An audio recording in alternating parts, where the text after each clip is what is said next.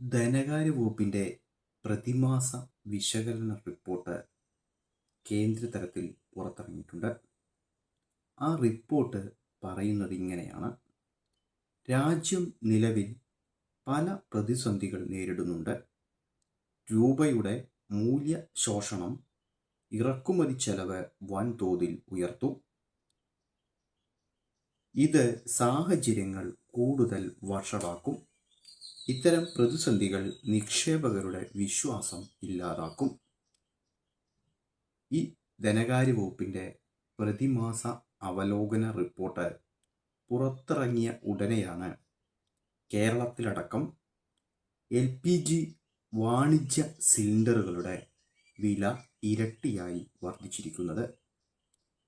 ഇങ്ങനെ ഇരട്ടിയായി വർദ്ധിക്കാനാവശ്യമായ സാഹചര്യമൊരുങ്ങിയത് ലോകം ഇന്ന് നേരിടുന്ന യുദ്ധം ഒരു കാരണമാണ്.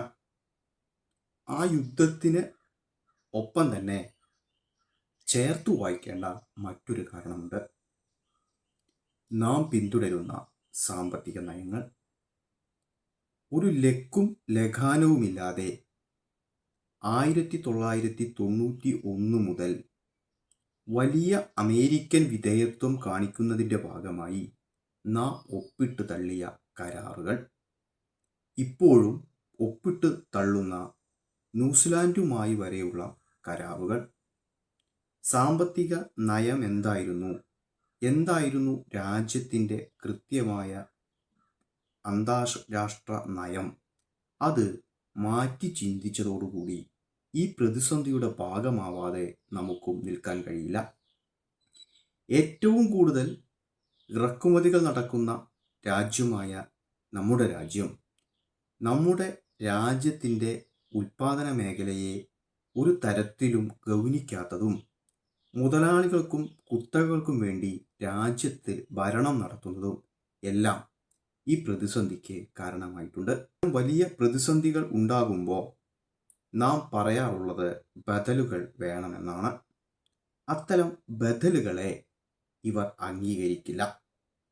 ഇതുമായി ബന്ധപ്പെട്ട ഒരു കേന്ദ്രമന്ത്രിയുടെ പ്രസ്താവന ഏറെ ശ്രദ്ധിക്കപ്പെടണം. നിങ്ങൾ മുഴുവൻ പോയി നോക്കി വാ, എന്നിട്ട് ഇന്ത്യയെ കുറ്റം പറയുക എന്നാണ്. ഇങ്ങനെ ലോകം മുഴുവൻ ചുറ്റി മുഴുവൻ കണ്ടുവന്ന് ഇന്ത്യയെക്കുറിച്ച് പറയാനല്ല ഇന്ത്യയിൽ ഒരു ഭരണകൂടമുള്ളത്. കാലത്താണ് ഈ LPG സിലിണ്ടറുകളുടെ വില വർദ്ധിച്ചത് എങ്കിൽ അത് ഇടതുപക്ഷമാണ് ചെയ്തത് എന്ന് പറയുമായിരുന്നു. ഇപ്പോൾ കാണുന്നത് പോലെ ചാനലുകാരുടെ ഈ വലിയ റിപ്പോർട്ടിംഗ് നടക്കുമായിരുന്നില്ല. അവർക്കിത് പറയാതിരിക്കാനായിരിക്കും കൂടുതൽ ഇഷ്ടം. കാരണം അവർക്ക് പൈസ തരുന്നവരെ തൃപ്തിപ്പെടുത്തണമല്ലോ.